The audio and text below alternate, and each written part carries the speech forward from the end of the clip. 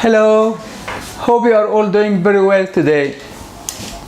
Few months ago, one of my clients asked me to help her overcome a very big problem for her, which was self-confidence.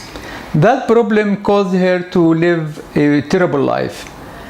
She was not able to work properly, to succeed in her career. She had a lot of problems with husband and kids and family. So we work together in some sessions, and she now feels very well, and her life totally changed. That's why I thought to start recording some videos about self-confidence, hoping that you will get a best benefit of them. During a series of videos, I'll be discussing, explaining, helping you increase the self-confidence. And let's start by the definition of self-confidence. Richard Petty said, Richard Petty is a scientist. He once said, self-confidence is any stuff that make our thoughts into actions.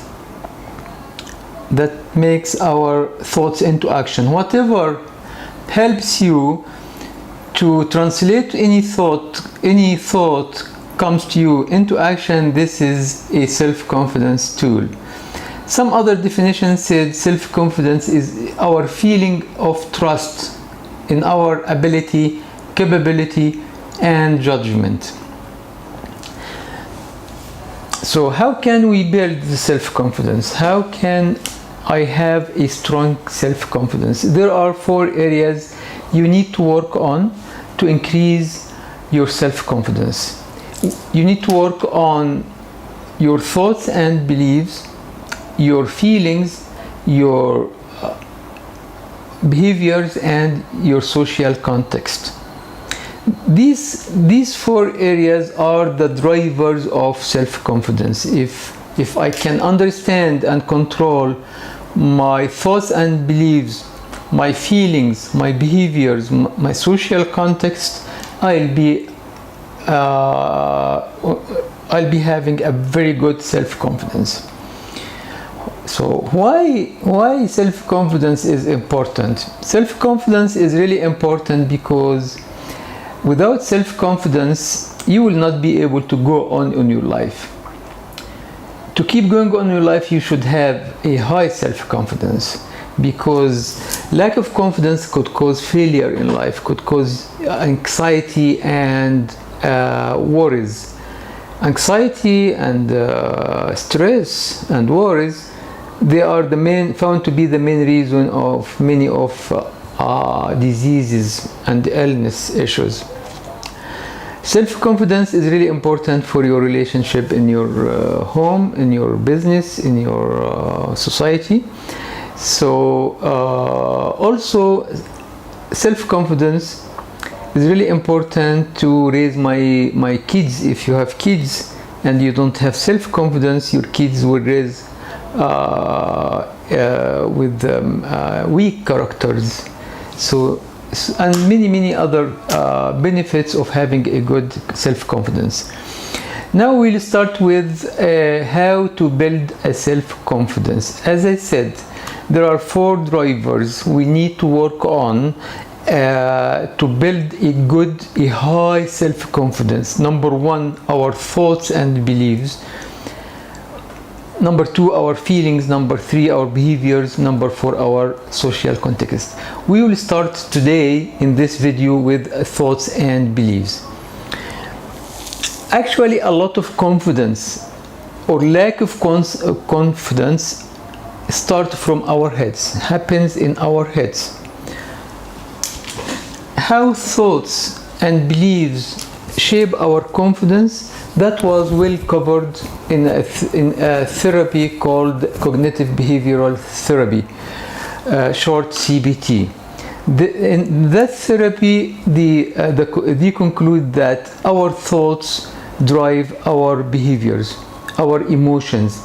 What we're thinking of is driving what we feel and then what we behave.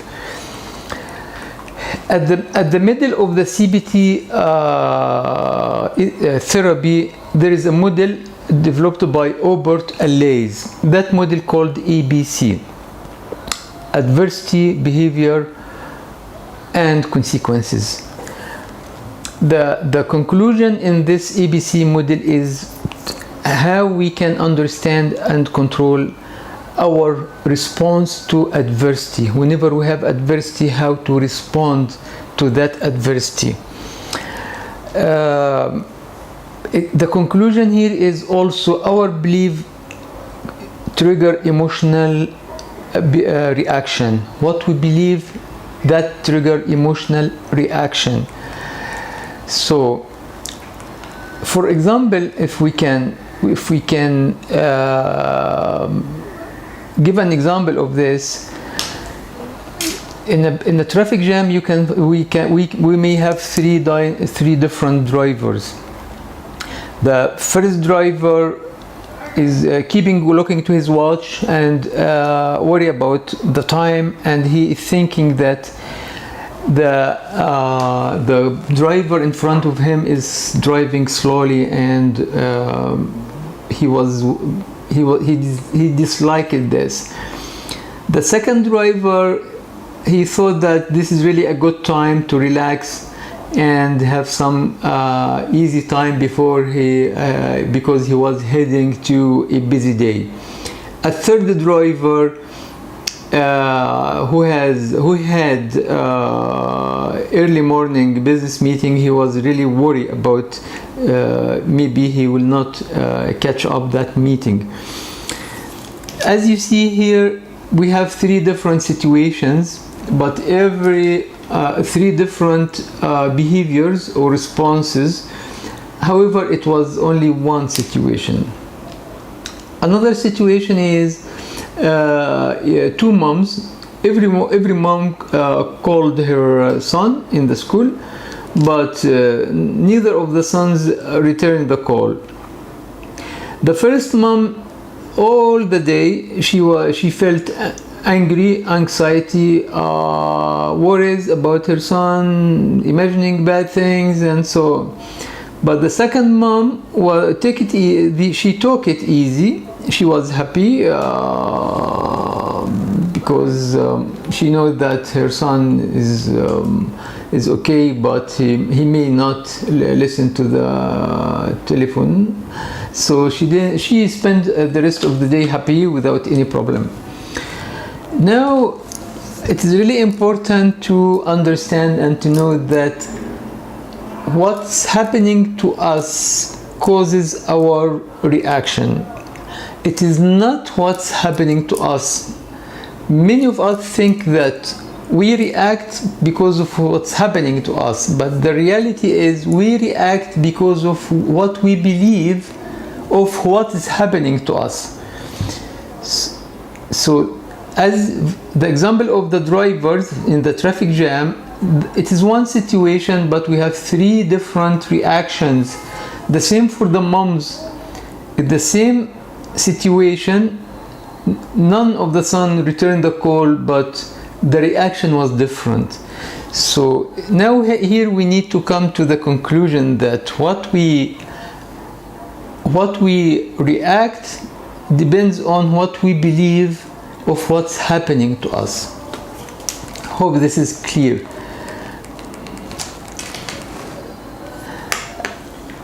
What happened after that? It's what we call repeated pattern.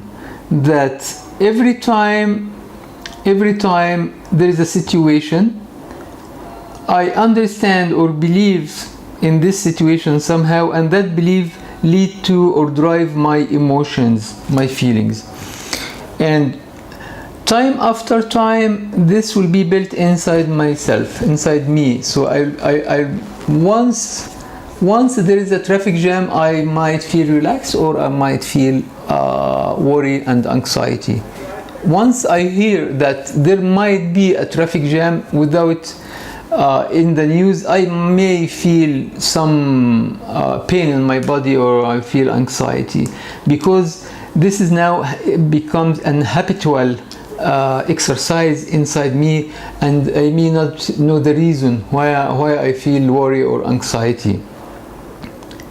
And this is the really and then here only we have a consequence of our thoughts, and that consequence come at the cost of our confidence.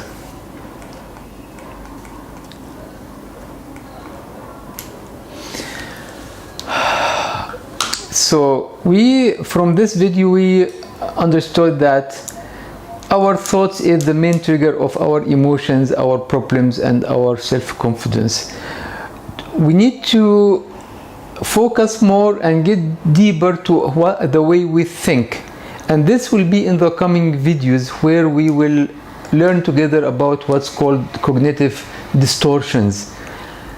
Many thinking errors we all do that trigger wrong beliefs, and then consequences of lack of confidence, or many other symptoms could be.